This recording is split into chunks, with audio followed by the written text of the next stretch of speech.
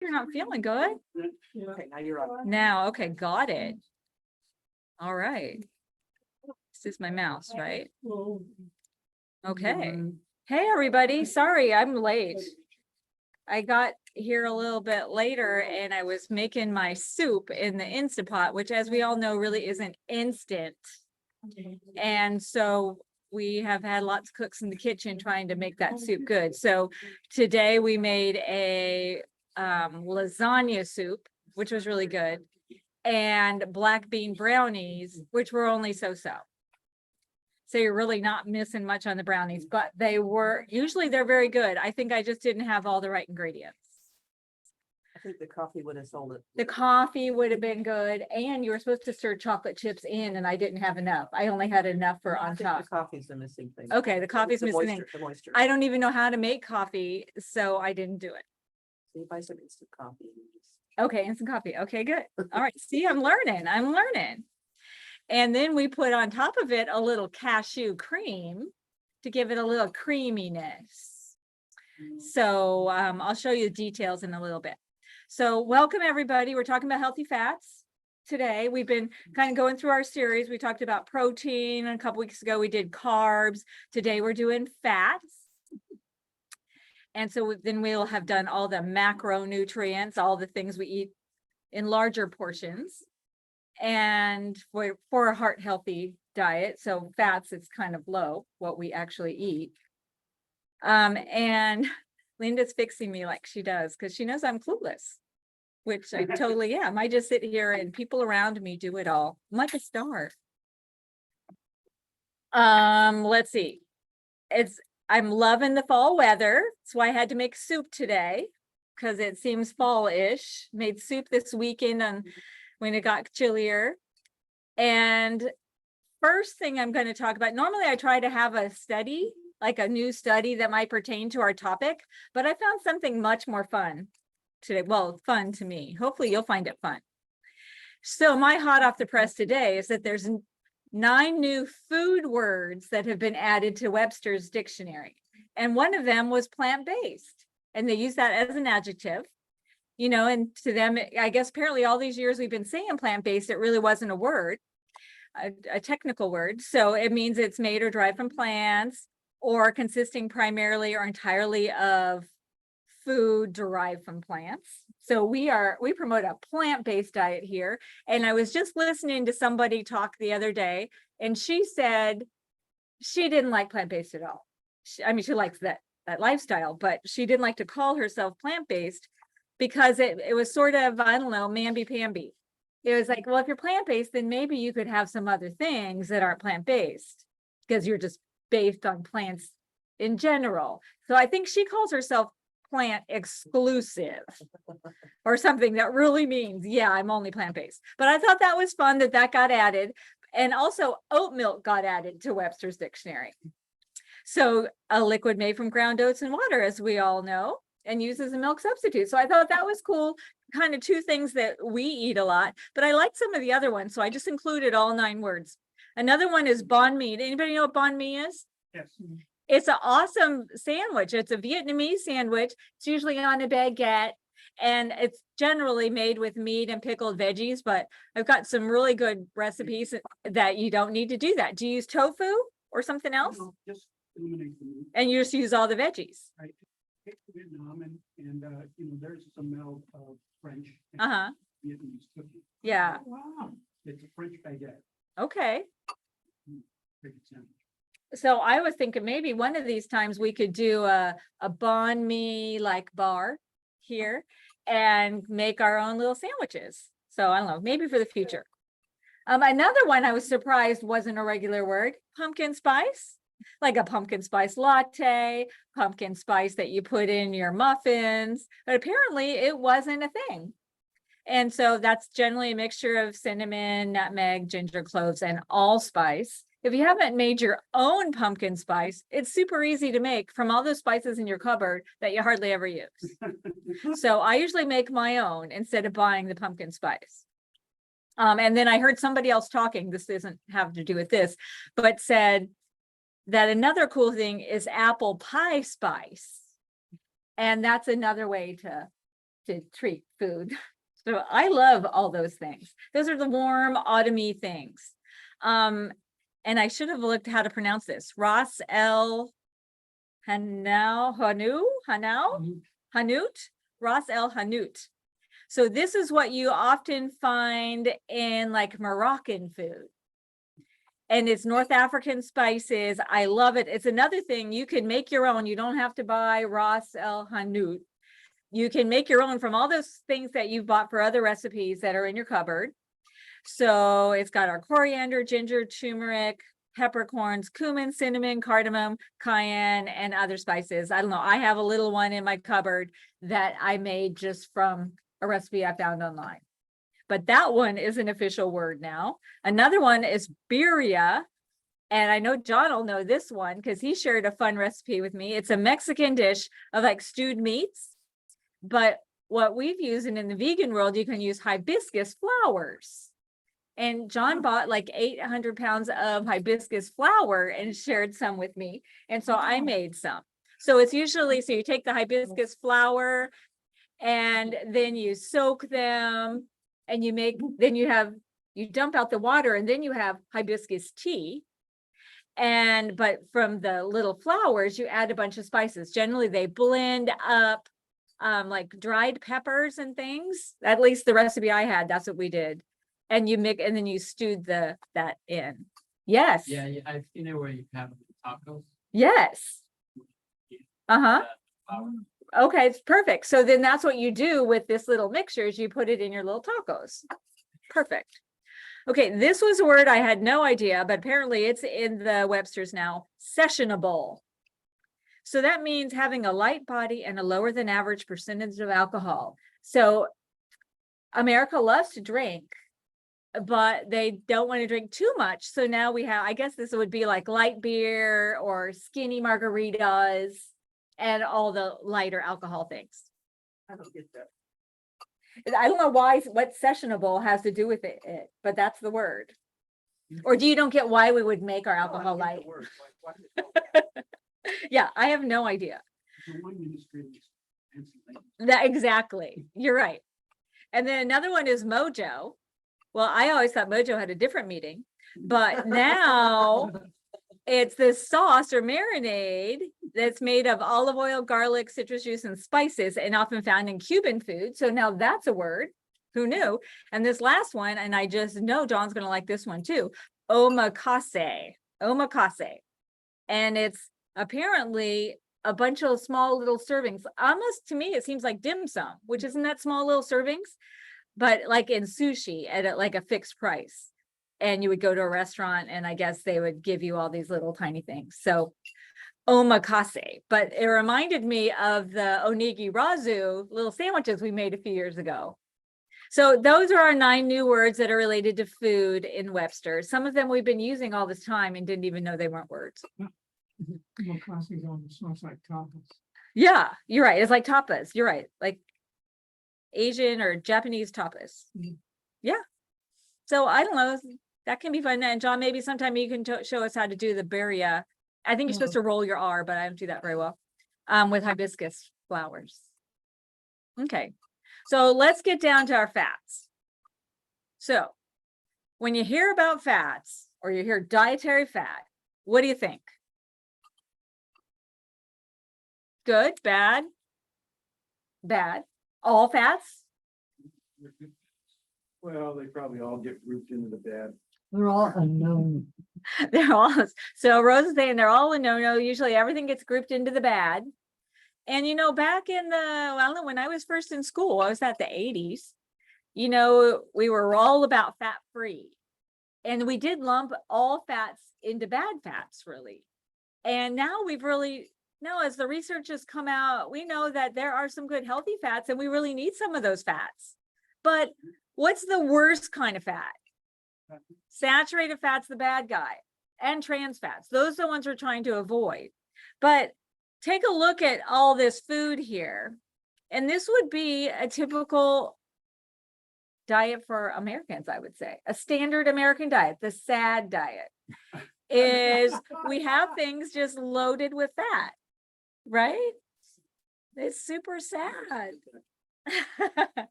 So we're going to talk about fats today, and it's okay to have some, but we want to make good choices that are going to be heart healthy fat choices. And sadly, a lot of this stuff, you can't just take the fat out. It really makes a totally different thing. Although if that's a pizza, you can easily do pizza without cheese. And that's the most high fat, unless you're putting meat on it. That looks like it's like a barbecued chicken pizza. You like the diet? Okay, good. So there's a lot of plant-based cheeses now too that we could use. You know, and I'm not a super big lover of the diet. So I usually just say, no, I'll have no cheese. And to me, that's completely fine. Although I'm going to admit to you right now, recently we got pizza. My husband eats cheese, as you guys know. And so we got a veggie pizza, half with cheese. And so my half had no cheese. So I'm eating this pizza and I'm saying to my husband, you know, I don't know why people need cheese because this is really amazing. And then I realized I picked from the cheese side. So I might have blown it that day, but I was really disappointed because I was thinking this no cheese pizza is excellent. And normally I do think it's excellent, but I grabbed, he said, I told you that cheese needs to go on pizza. So what are the role of fats? Well, we got fats in our body, we got fats in our food. So in our food, fat provides texture and it's good flavor and it smells good.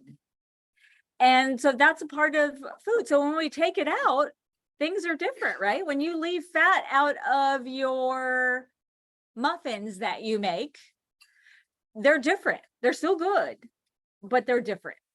Fat has 9 calories in every gram. So if we had a teaspoon of oil, let's say, there's 5 grams of fat in that. So a teaspoon of oil is 45 calories, 5 times 9.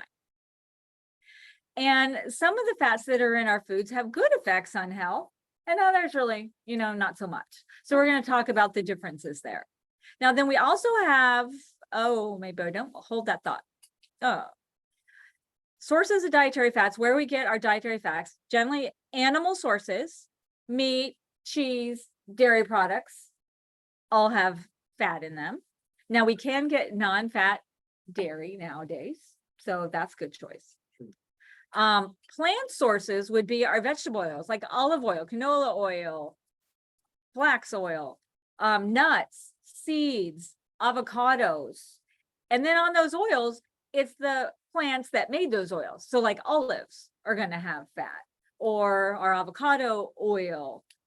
And then there's hidden fats, because sometimes we can't really tell just by looking at something how much fat is in it. Like French fries, I mean, it started out as potato, no fat at all.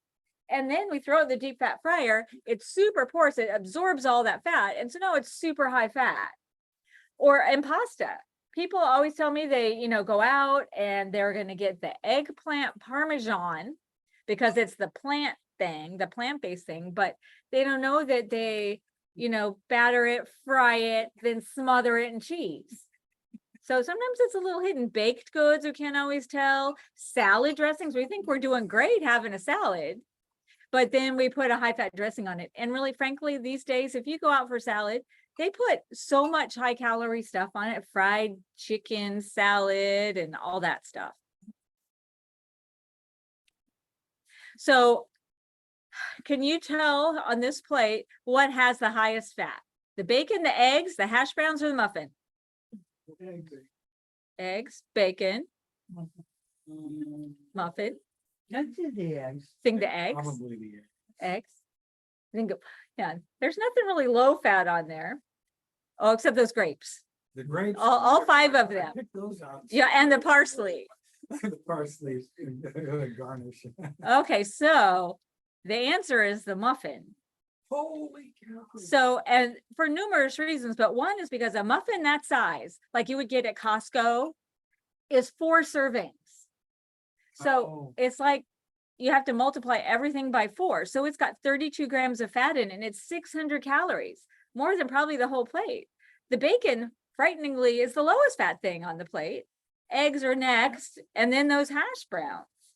But this is the thought of hidden fats. Like you might think I'm doing pretty good. And even if that was like a bran muffin, you think, oh my gosh, I'm doing so good. I'm getting my fiber, but they put all this fat in it. What fat's in a muffin? Butter, Or oil. or oil. Yeah. And what? Eggs, maybe. And eggs. Yeah, you're probably right. Absolutely. Okay, so we can't always know for sure. So we want to know our fats. So the fats that we want to have not too much of, or any, if we can help it, is the saturated fat. Now we're going to go into a little chemistry mode for in a minute that will probably bore you to tears, but it's just to show you the difference in fats. Cholesterol's only in animal foods, you won't find cholesterol in plants. So even though the Cheerios box says cholesterol free, it always was. But people love that. It's good marketing. And then trans fats. Now, just because something says trans fat free doesn't make it healthy either, because now all those chips and Cheetos and everything say trans fat free, but it's still a Cheeto. So it has no redeeming qualities whatsoever. So what we want to have in moderation. So even these are considered more healthful fats, monounsaturated, polyunsaturated, and omega-3 fatty acids. They still have 9 calories in every gram. If we eat too much of them, they're not good for us. So we still have to watch our portions on those things. So here's where we get into chemistry. So everybody heard of triglycerides? You probably had your triglycerides measured. That's in your blood. Now, also the food that we eat, most of the fats we eat are triglycerides. They get in our body, get digested, get repackaged up, and end up back in our bloodstream too. So what a triglyceride is 3 fatty acids, that's the tri, and then a glycerol, they call it a backbone. So in that glycerol backbone, you got 3 different fatty acids hanging off of it. That's a triglyceride. And so our triglycerides could have attached on that glycerol backbone, could have any kinds of the other kinds of fat. It could have a monounsaturated fat, a poly. But what we're showing here is, if you remember your chemistry, which I forgot right after the final, but some of you might remember. So at one end, they call it the methyl or the omega end, and the other end is an acid group. It's a little carbon with a oxygen and a hydroxide. So see, all of our fats are long chains of carbons with little hydrogens sticking off of them. And so for a monounsaturated fat, we've got one spot. See the little red circle in there with the 2 C's, and it's got 2 lines. There's one spot where there isn't hydrogen on all 4 sides. So sometimes people think of it as like you can hold hands on 4 sides, and if there isn't enough hydrogen, they hold hands together. So that creates what we call a double bond. So because of that, though, that makes the monounsaturated fat a little more healthful. So this would be our more healthful fat if we were going to have it. And then a polyunsaturated fat, poly is just another word for many. So it's got multiple points of unsaturation. And then depending on where the double bond is in response to the omega end, that creates, like this bottom one is an omega-3 fatty acid, because the first double bond is only 3 carbons away from the omega end. That's where you get your omega-3s. Omega-6s are going to be 6 away. Omega-8s are going to be, which we don't hear of a whole lot, are going to be 8 away. So that's just where that nomenclature or naming comes from. So saturated fats, in fact, that first one is a saturated fat. It is completely saturated with hydrogens. And so because of that, it's more solid at room temperature. So saturated fat would be like a stick of butter or a lump of lard or the fat you cut off a pork chop. Those are saturated fats. So solid at room temperature. It's really mostly in animal foods, although we do have a couple plant sources of the saturated fat. I gave it away, so I can't even ask you to guess, but coconut and palm kernel oil. Coconut has just had an amazing amount of marketing. And so we'll hold that thought because we'll talk about it in a minute. But then other people might say, I don't know what palm kernel is. I never eat that. It's in everything because it's a cheap fat that won't go bad very quickly. And so those saturated fats, because they don't have a point of double bond, they don't go bad very quickly. So that's why they put them in our Twinkies and our cereal and our crackers and all that kind of stuff. Yeah, and they don't discolor. Thank you. They last till the next millennia. Exactly. So those are highly saturated.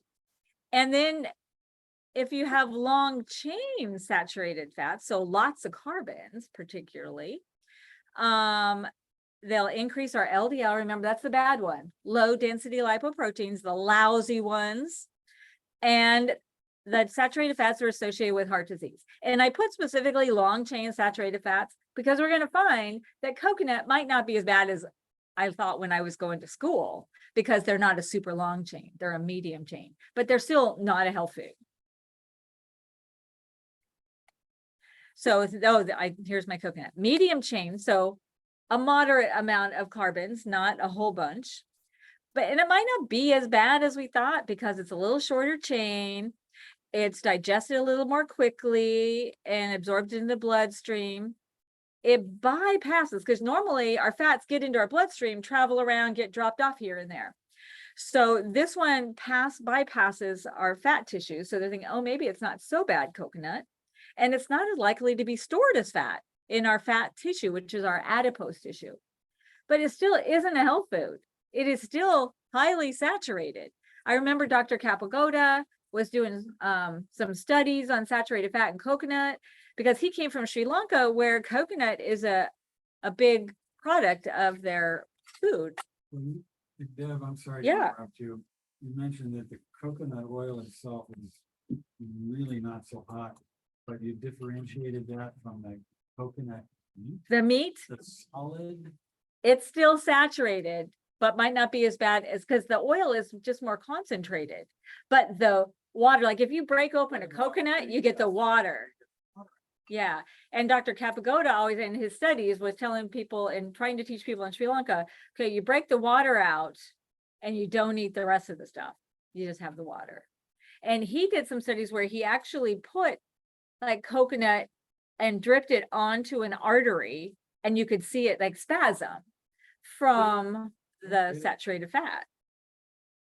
So coconut, if you enjoy coconut, that's okay, but just in small amounts. It is highly saturated. It really shouldn't be so much a part of a healthful diet, but it is, you hear it marketed all the time as a plant-based diet. I watch the cooking shows. Oh, this has the good oil in it. It's coconut oil. Yeah, it is not a good oil. So what about the difference between coconut and palm oil? I think that's still a longer chain. Palm, I think, is a longer chain carbon, so it doesn't have the same effects as this medium chain. I'm kind of only guessing here, but they're both. I'd say palm oil is even worse.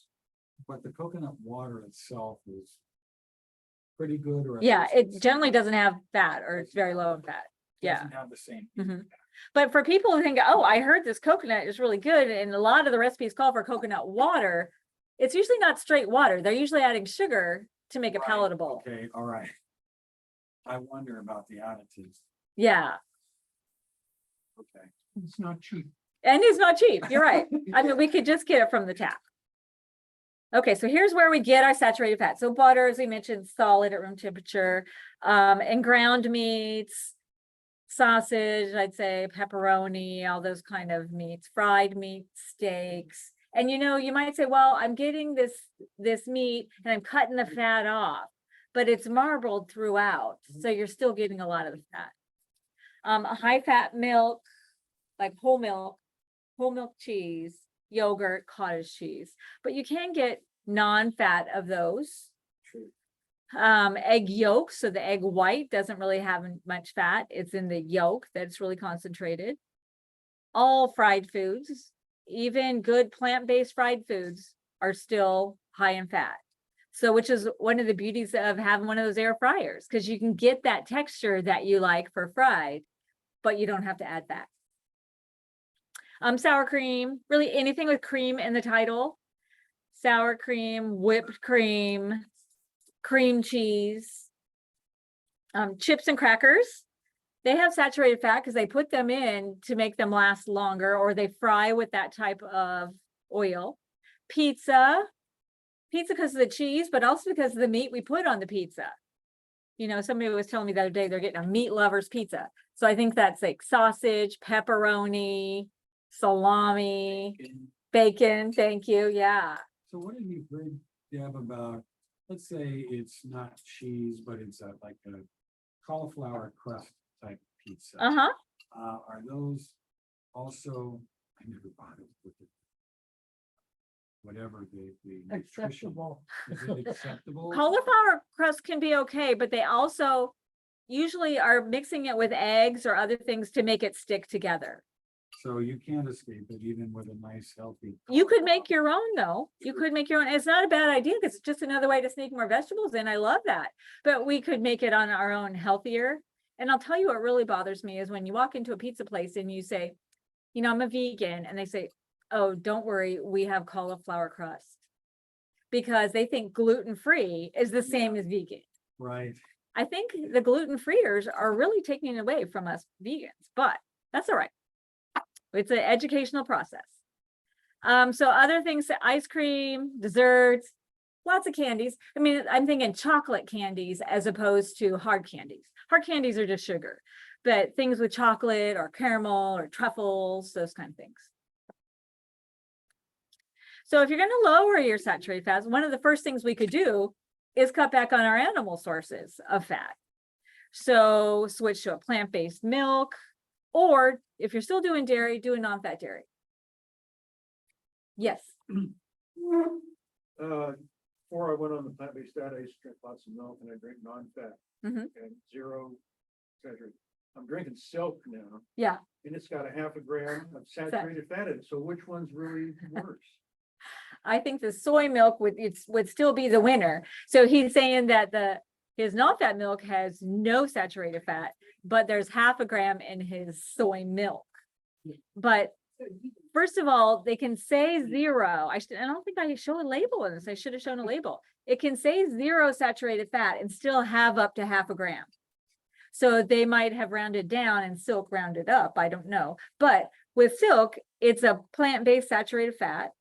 It's also associated, soy is associated with lowering your risk of heart disease. So I still go for the soy. So soybean oil is, Soybean oils are not generally okay, except in very moderate terms, because just like olives are okay, but when you squeeze everything to get the oil out, you lose a lot of the healthy properties. Same with soy. So I guess that's the bottom line. We're trying to get everything in the most natural form we can, like nature did it.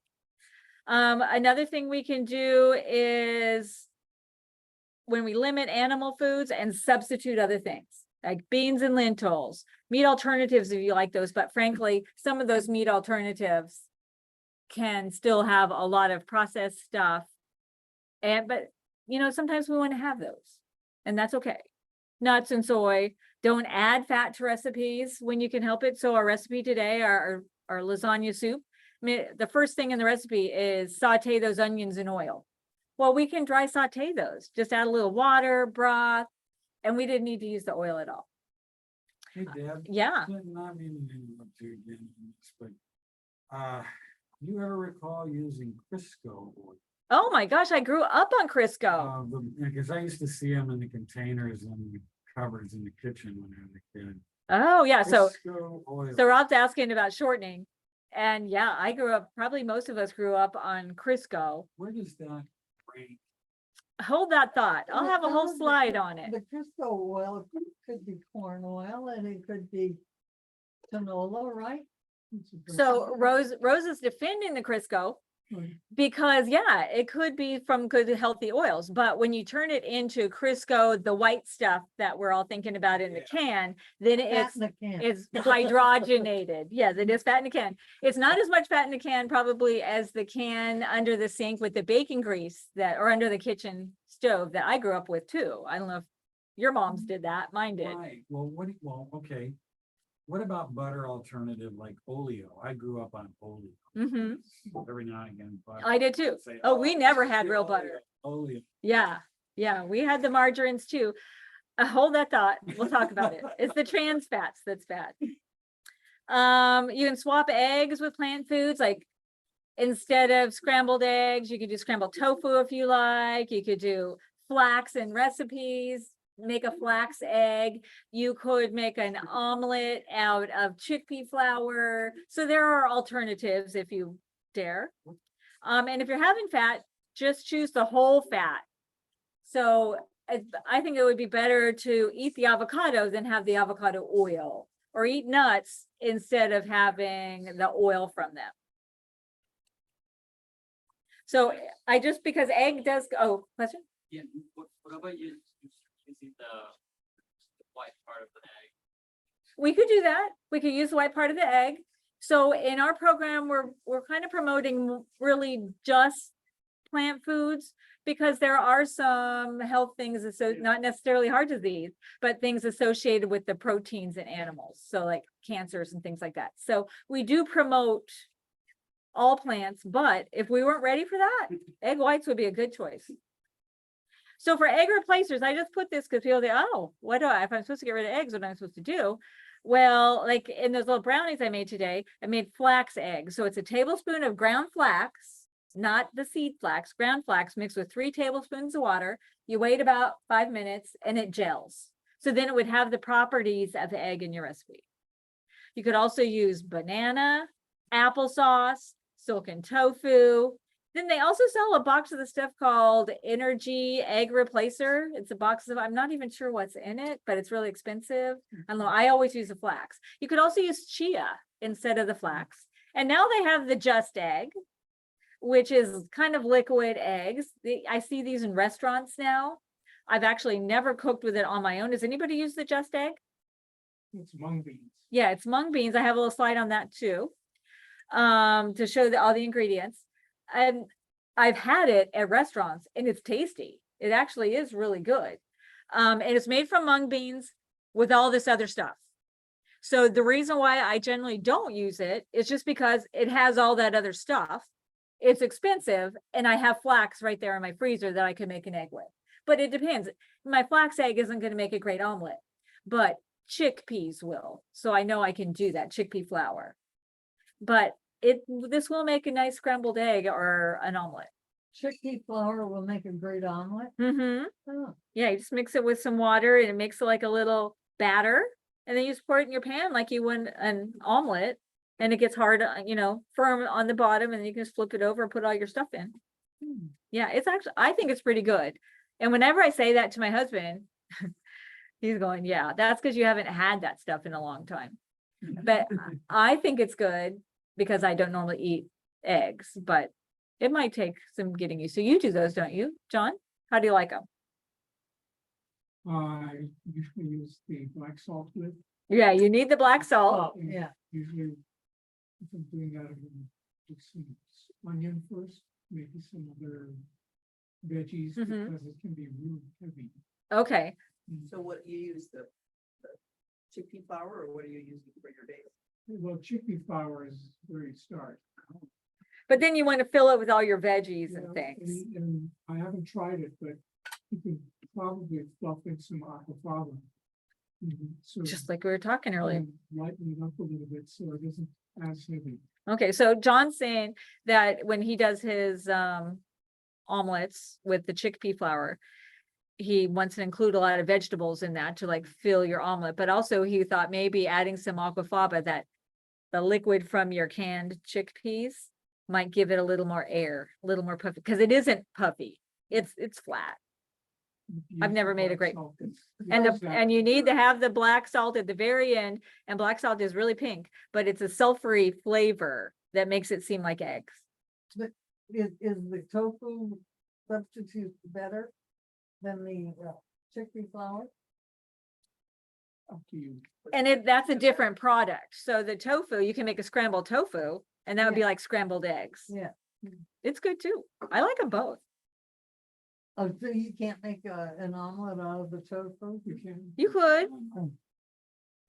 It's use your blender. Yeah, you blend it all up. So there's options. So we don't have to have the egg if we don't want to. Now, trans fats, that's what I keep saying. Oh, we're going to get to that. We're going to get to that. The trans fats. So our saturated fat are the bad fat. And then so are our trans fats. So these are things, they're in food, but not much naturally in foods, but these were created by us. Only if we added some trans fat oil to it. Well, if you buy Jif, If you buy Jif, yeah, or Skippy, you're absolutely right. So the way our fats are is those double bonds I showed you a picture of. This is just another way to look at them. So on my left one here, the hydrogens are on the same side. Cis means same, maybe in Latin, I don't know. And then trans means the opposite. So in a saturated fat, we have no double bonds at all. So in the processing of our fats to maybe add to our Jif or to put in our Twinkie, what we do is we hydrogenate those double bonds. We pump hydrogens in under pressure so that now all our little C's are hooked up on all four sides to a hydrogen. But in doing so, and we didn't know this for years, back when margarine and oleo, it flipped the molecule around so the hydrogens were on opposite sides. And lo and behold, trans fats acted just like saturated fat. We didn't even know. And it wasn't on our labels.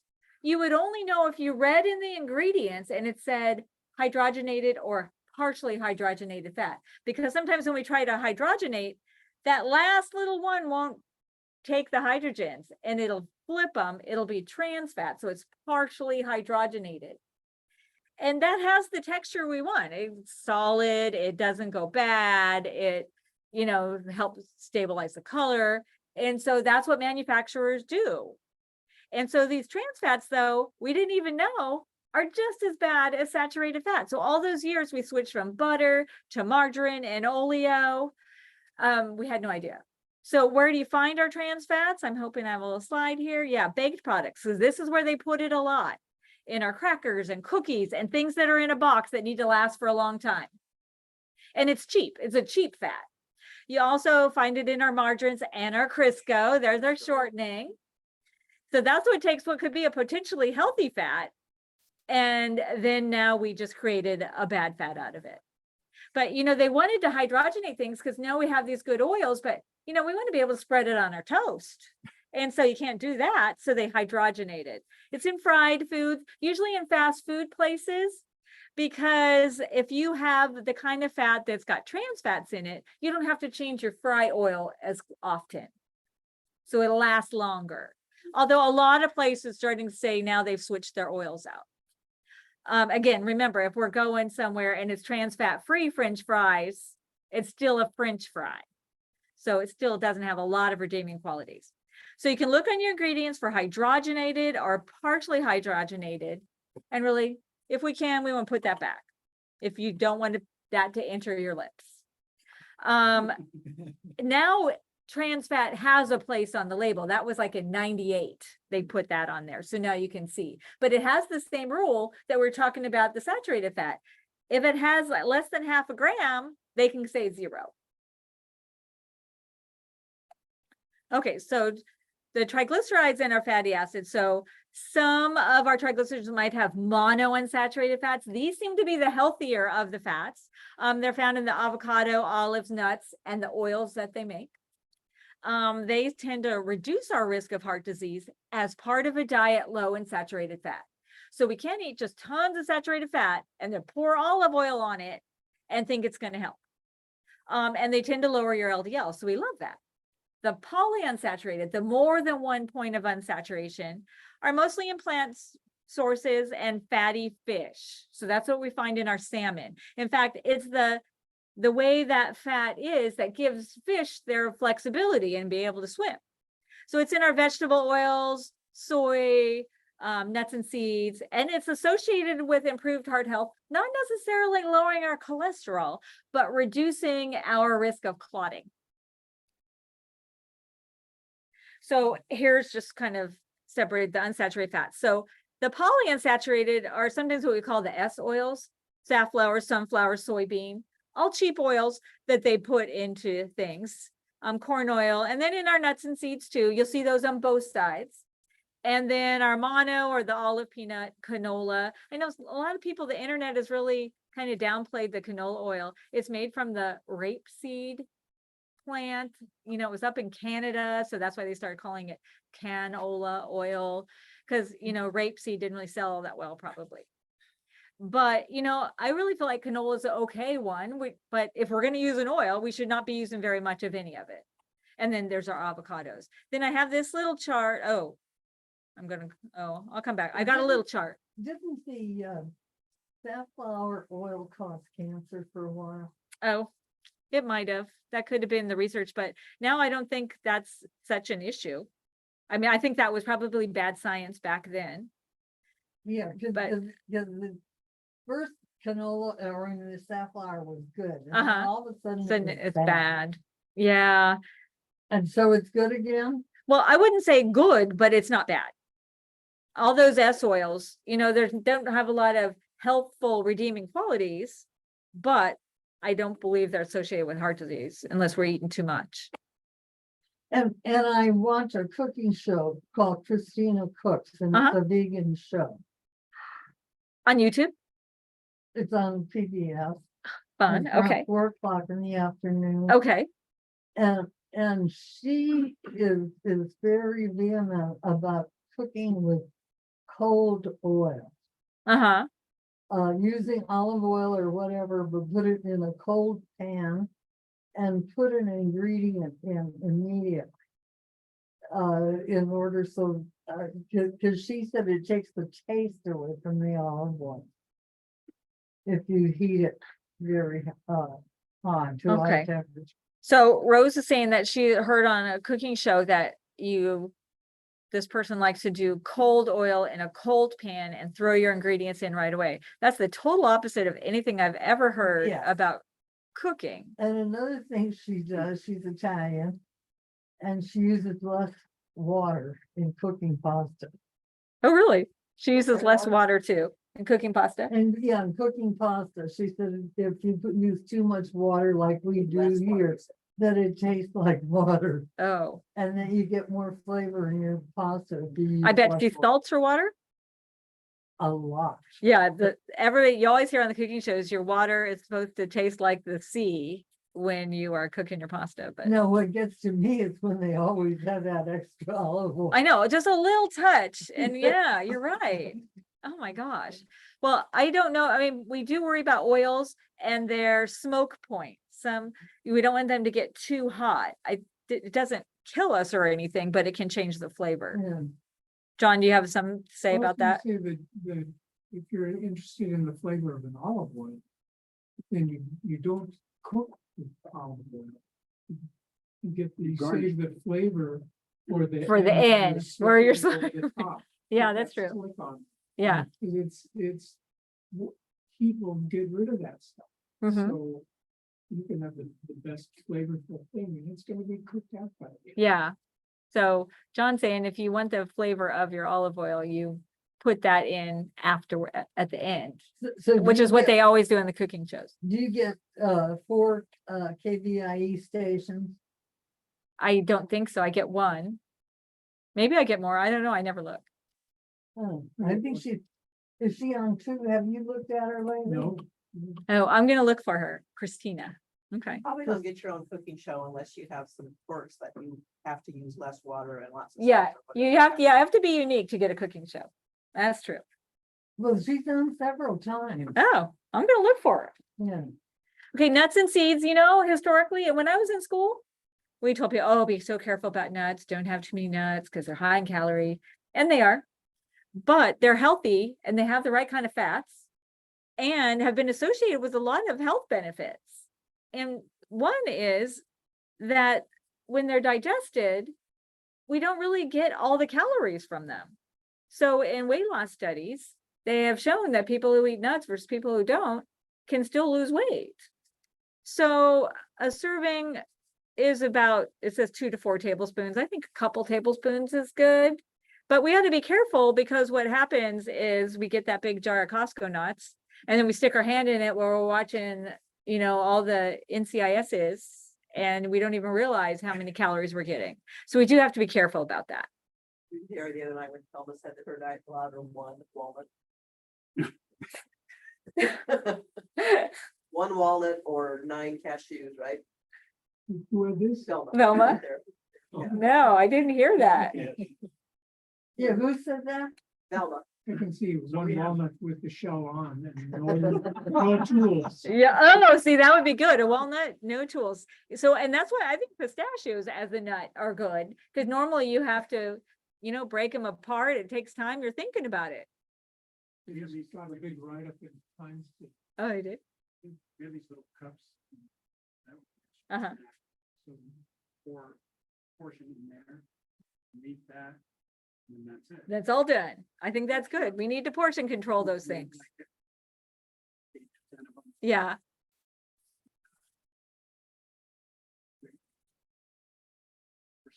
Okay, that's good. I think that's great. We have little cups too that we use for our little snacks. But that helps with. That's right. Yeah, never eat out of the box or jar or can or whatever. Omega-3s are associated with health benefits, as we talked about earlier. Oh, my battery is running low. Oh, you have it plugged in? I don't know. Well, you only have a minute left. Oh, I know, you're right. I'm out of time. So Linda, do you know where my plug is?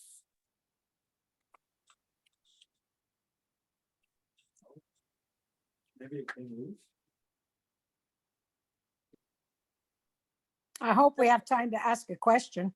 Well, of course we do. I think I fixed it. right? I think Linda fixed it. Okay, so hold that thought. We'll come back for the question. So omega-3s help with heart disease, lower our triglycerides, helpful with brain health. You know, they say, you know, we really don't always get a lot of this as a plant-based diet. We can, but they recommend if you're going to be taking a supplement of this, get 250 milligrams a day of the yeast or algae derived. And it should have EPA and DHA, but we get it from fish. So those are our fatty fish right there. But plant sources would be our walnuts, our canola oil, our ground flax, chia, hemp, also our flaxseed oil. And so then I just put specifically on the seeds, the flax, they've all been associated with health benefits. All of them have been associated with anti-inflammatory. But flax has probably been studied more than some of the others. So we see that it can help with blood pressure, blood sugar, help with breast and prostate cancer. Chia has a little protein and fiber, and it's an antioxidant. Chia, I feel like you can use chia and flax a lot of times interchangeably because they can form that little gel, like to have your flax egg. Hemp is a little nuttier and drier. It doesn't form that gel.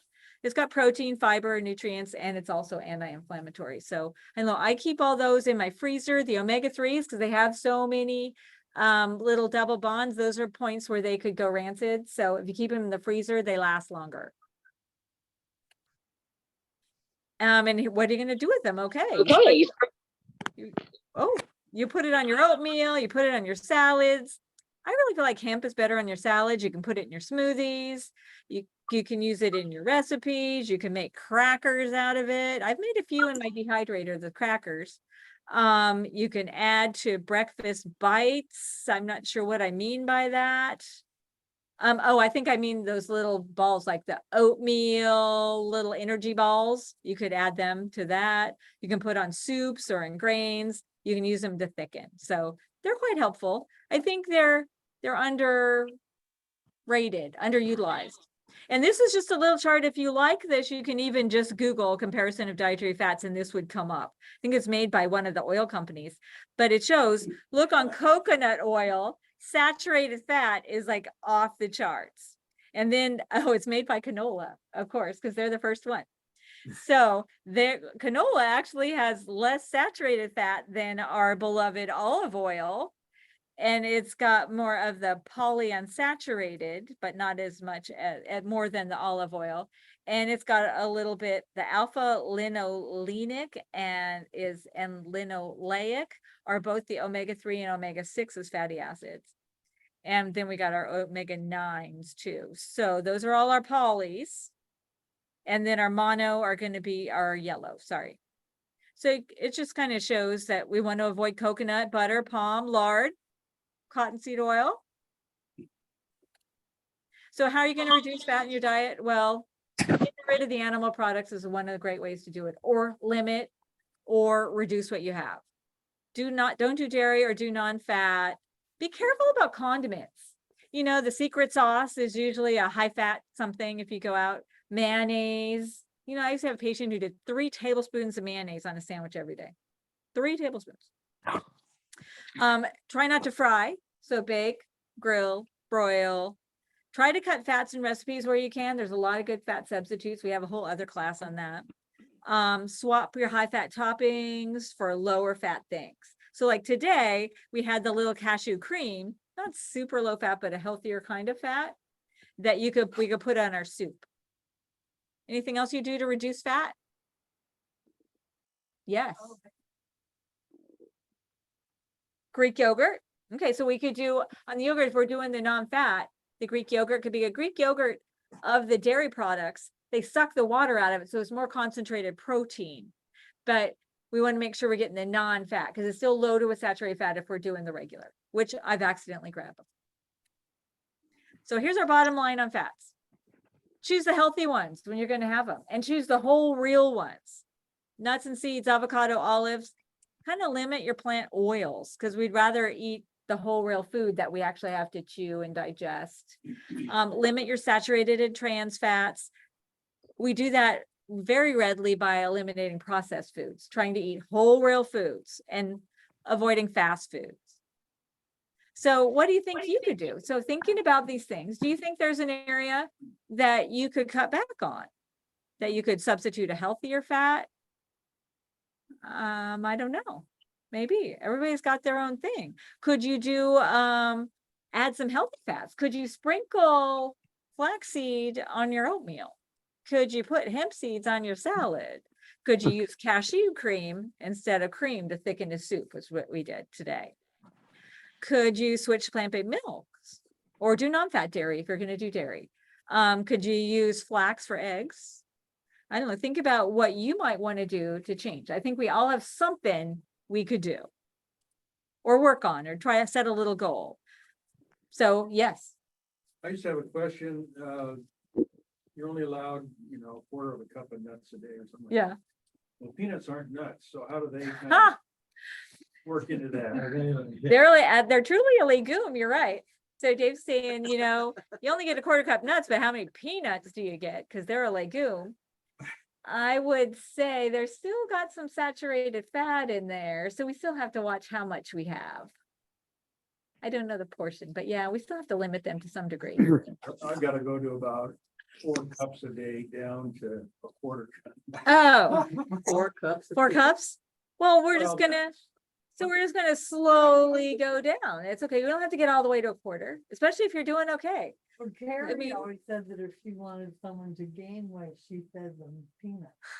And that's what I learned in school too. But now the studies really show that that doesn't happen.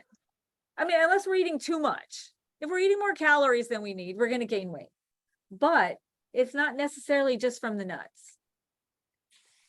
So, Yeah, you're gonna have, if you have peanuts, chances are you're gonna have them on bread, peanut butter and jelly, so you compounded the amount of added sugar and flour and all that stuff yes. to the peanuts.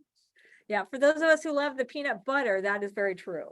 What about shelled nuts, like peanuts that are coming in a bag or a shell and Uh-huh. you shell it and eat peanut? It goes right along with pistachio. I mean, I think it's really good. Right. It slows you down.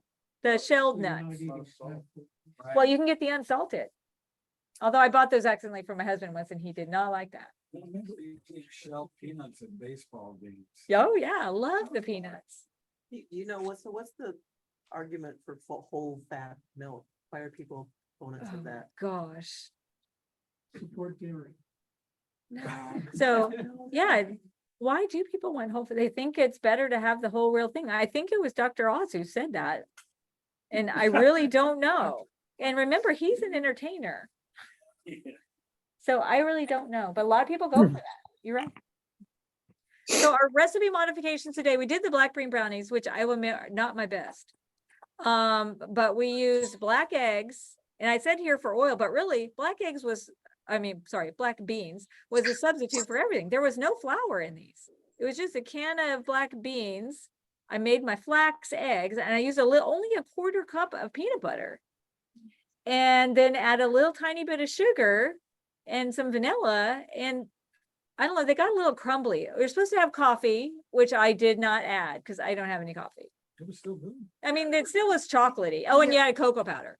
I made those a long time ago. Uh-huh. And they don't come out cakey, they come out more fudgy. They do come out more fudgy. You're absolutely right. They do. Yeah, they're not as cakey. They're fudgier. You're right. And then we made this lasagna soup. I found a bunch of lasagna soup recipes, but I picked the one that had things that I had actually at home. So we added a bunch of veggies to it. I added red lentils to it for fiber.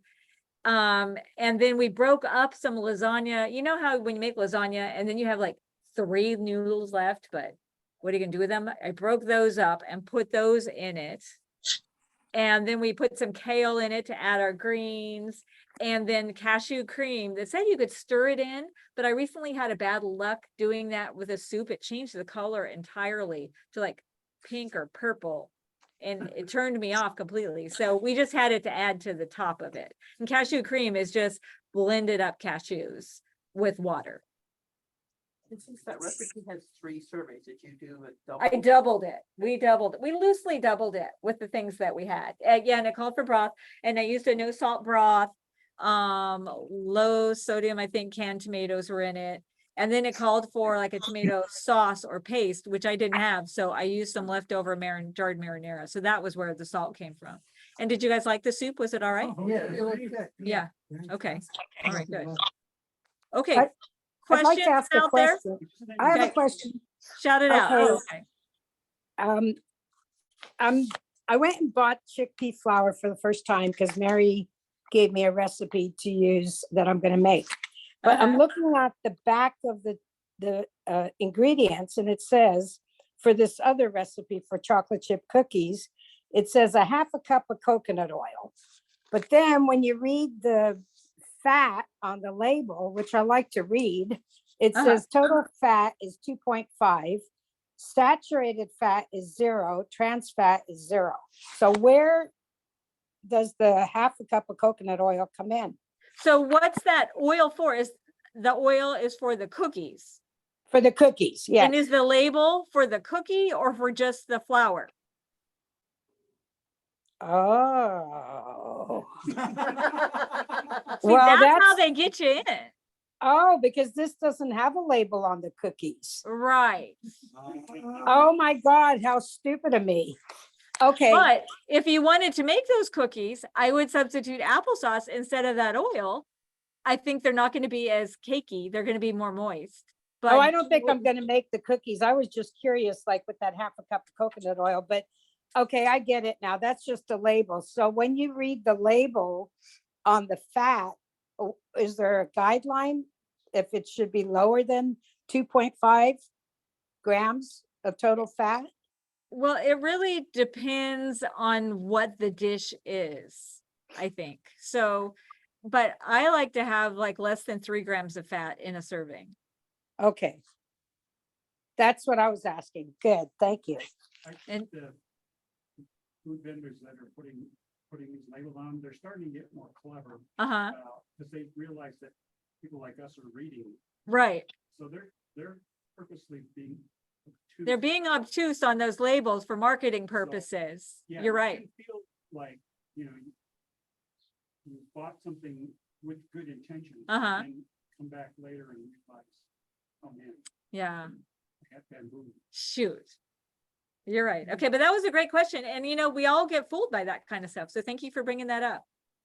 Okay, Any other questions out there or in here? We got Jose's asking something in here. Yeah, so for the plant-based seeds, Yes. to get the omega-3, is there a difference if we like, for instance, the flaxseed meal, or you eat in the whole seeds, in our body that digest the same amount of the omega from it? Okay, thanks for asking that, Jose, because that's something I should have said. So he's asking about getting the omega-3s from those seeds. And so for the flax and for the chia, which is weird, you're supposed to grind them up because then that makes the omega-3 more available. They're still fine without it, and you're going to have a lot of fiber, but we are supposed to grind them up. And so you can buy the seeds and then grind them up at home. Like I have a little coffee maker for my grinding, or you can buy them already ground. You don't typically see ground up chia seeds. You do not see ground up chia seeds. And I just discovered this whole grinding up the chia seed thing. So I haven't even tried it in my coffee maker, in my coffee thing. What? I need a new tool. I mean, seriously. They'll go in your coffee grinder, but I don't think you can get them because they're already so tiny. I know.